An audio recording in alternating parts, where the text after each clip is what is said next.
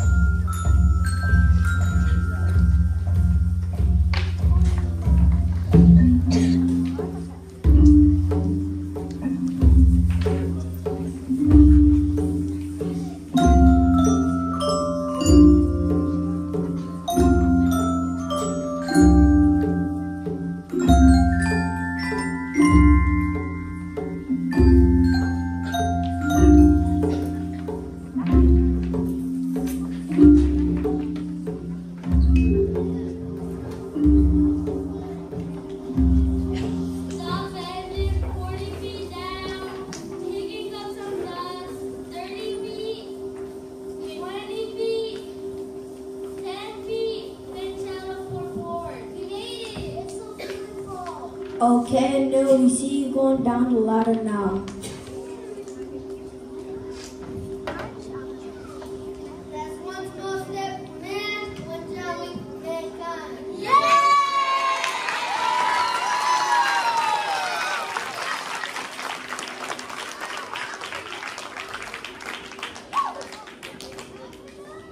Oh, that was beautiful from here, Neil. How'd it start getting all on its own? Looks like the high desert of the United States. It's different, but it's very pretty out here. Wow, it's gorgeous. Isn't that something? Are you guys ready for the flight back? No, we just got here. You'd want to stay till if you were on the moon. We came here to work, not play. Geez. Wait, cancel out the coach. We'll keep looking around up here. Roger that. Cancel order. Well, we do need to hurry up. We are running out of fuel. Is that water?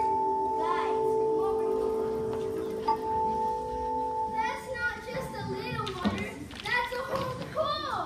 I don't think water's supposed to be in space. No, definitely not.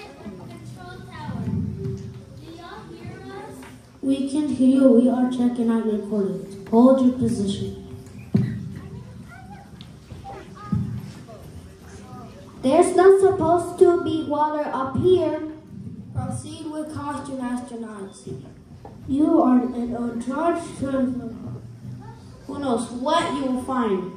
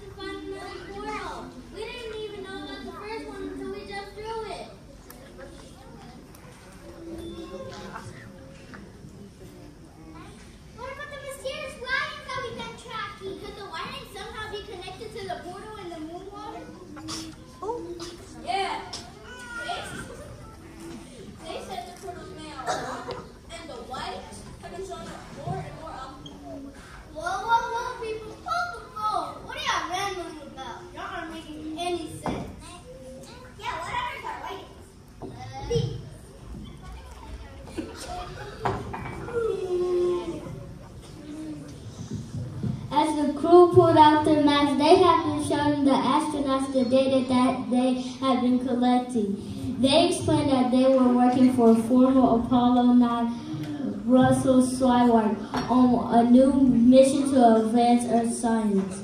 They were testing out the new abilities to use Landsat satellites to measure shallow ocean waters.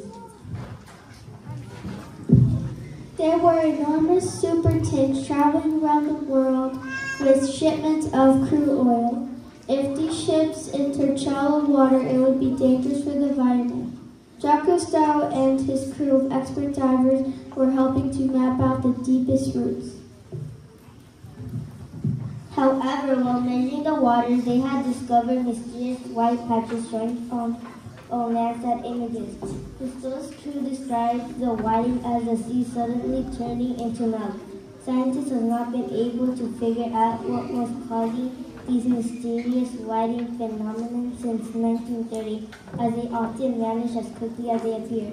They also sometimes brought with them sharks and other creatures that made it terribly dangerous and difficult for divers to explore.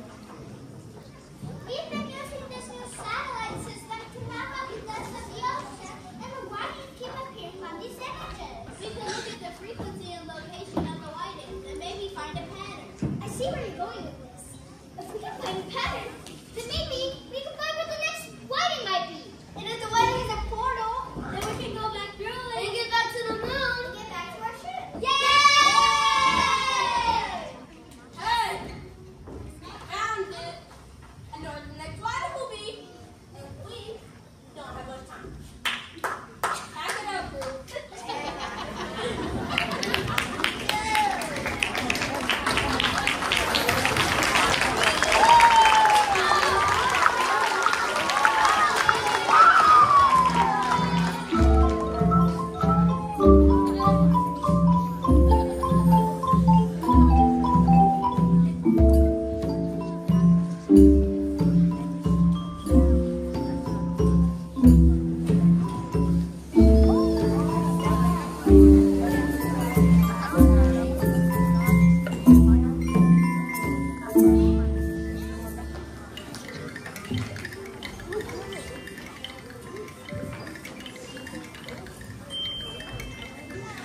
Cousteau's team sailed the Calypso to the new coordinate where the next whiting should appear. One by one, they dove into the deep end.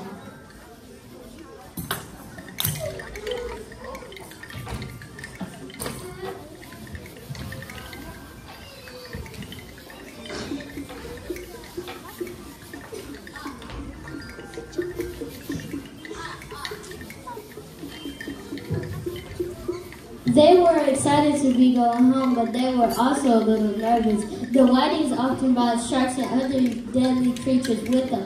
No one really knew what to expect as they swam down into the blue sea.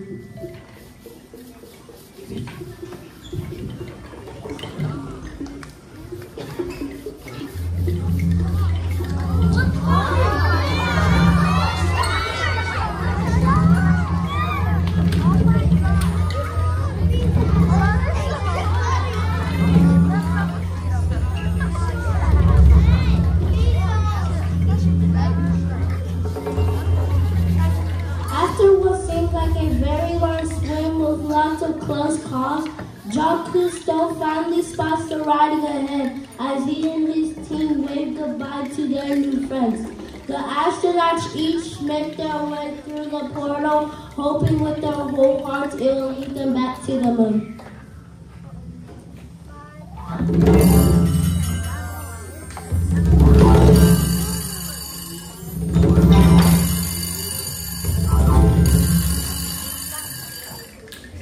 No one is ever going to believe the story of their fantastic invention. They can't wait to share it with everyone.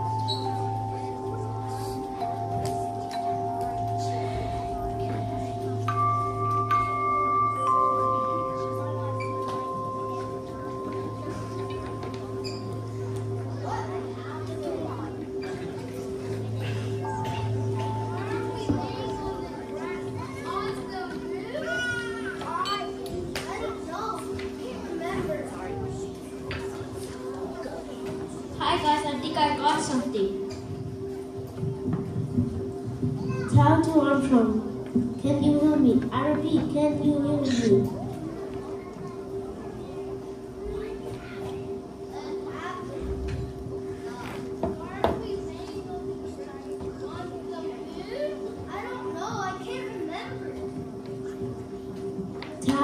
I repeat, town to Armstrong. Can you hear me? Yes, Tower, we can all hear you. We are all here. Yay!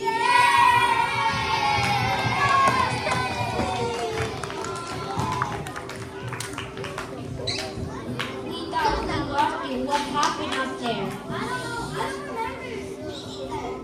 Maybe we were looking at shooters because we fell asleep.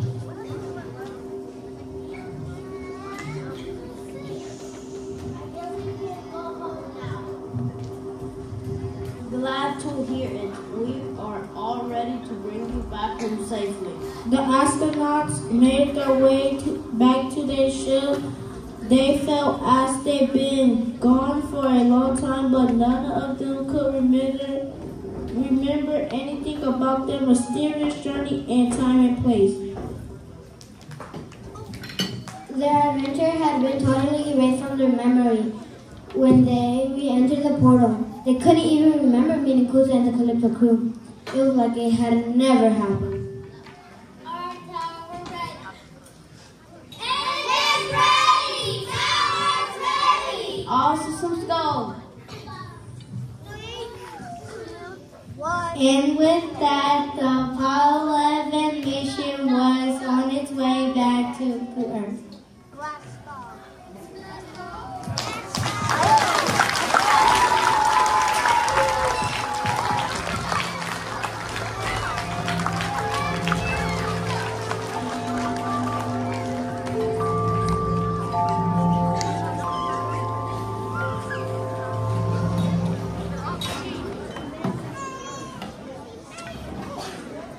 A few weeks later, the astronauts and their families were gathered together for a visit. They were all sitting together watching the latest episode of the undersea world of Jacques Cousteau on the TV. They were enjoying the beautiful colors of the jellyfish and starfish. A strange feeling started to rise up in the throats of the astronauts. The creatures seemed all too real. They felt like they were in a fog. They slowly looked at one another, trying to see if what they were thinking could possibly be true.